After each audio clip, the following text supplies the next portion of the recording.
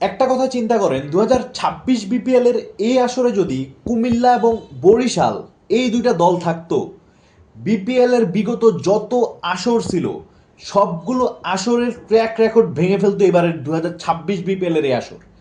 কুমিল্লা এবং নোয়াখালী, জাস্ট চিন্তা করেন এই ম্যাচটা কতটা হাই ভোল্টেজ, এবং এই ম্যাচ নিয়ে দর্শকদের কতটা উত্তেজনা থাকতো। এবং এমনও হয়তো কুমিল্লা এবং নোয়াখালী দুইটা আলাদা বিশাল ফ্যান বেস তৈরি হয়ে গেছে, যদিও সেটা এখনই আছে, তাদের বর্তমানেও বিশাল একটা ফ্যান বেস আছে। তবে চিন্তা করেন এই দুইটা টিমের যখন ম্যাচ হইতো, একটা সিটও ফাঁকা রাখতে পারতো না বিসিবি। অন্য লেভেলে নিয়ে যাওয়া যাইতো এই 2026 বিপিএলকে। তার পাশাপাশি যদি বরিশাল থাকতো তাহলে তো কথাই নাই। লাইক 2026 বিপিএলটা হয়তো অন্য এক লেভেলের, এই তিনটা দল যদি কোনো মতে এইবারের বিপিএলে থাকতো। ব্যাড লাক, বিপিএল আসলে এবার মাত্র 6টা দল অংশগ্রহণ করতেছে, যেখানে বরিশাল এবং কুমিল্লা কেউই নেই।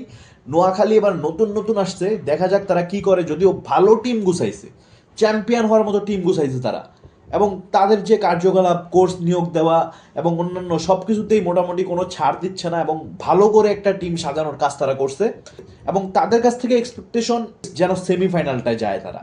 অ্যান্ড একটা কথা চিন্তা করেন, যদি কোনো মতে কুমিল্লার সাথে সেমিফাইনালে যাইতো, যদি কুমিল্লা টিমটা থাকতো, অন্য লেভেলের একটা বিপিএল হইতো এবার। অ্যান্ড কুমিল্লা এবং নোয়াখালীর যে কন্ট্রোভার্সি, এই কারণে আর এক্সট্রা একটা হাইপ পাইতো এবারের বিপিএল।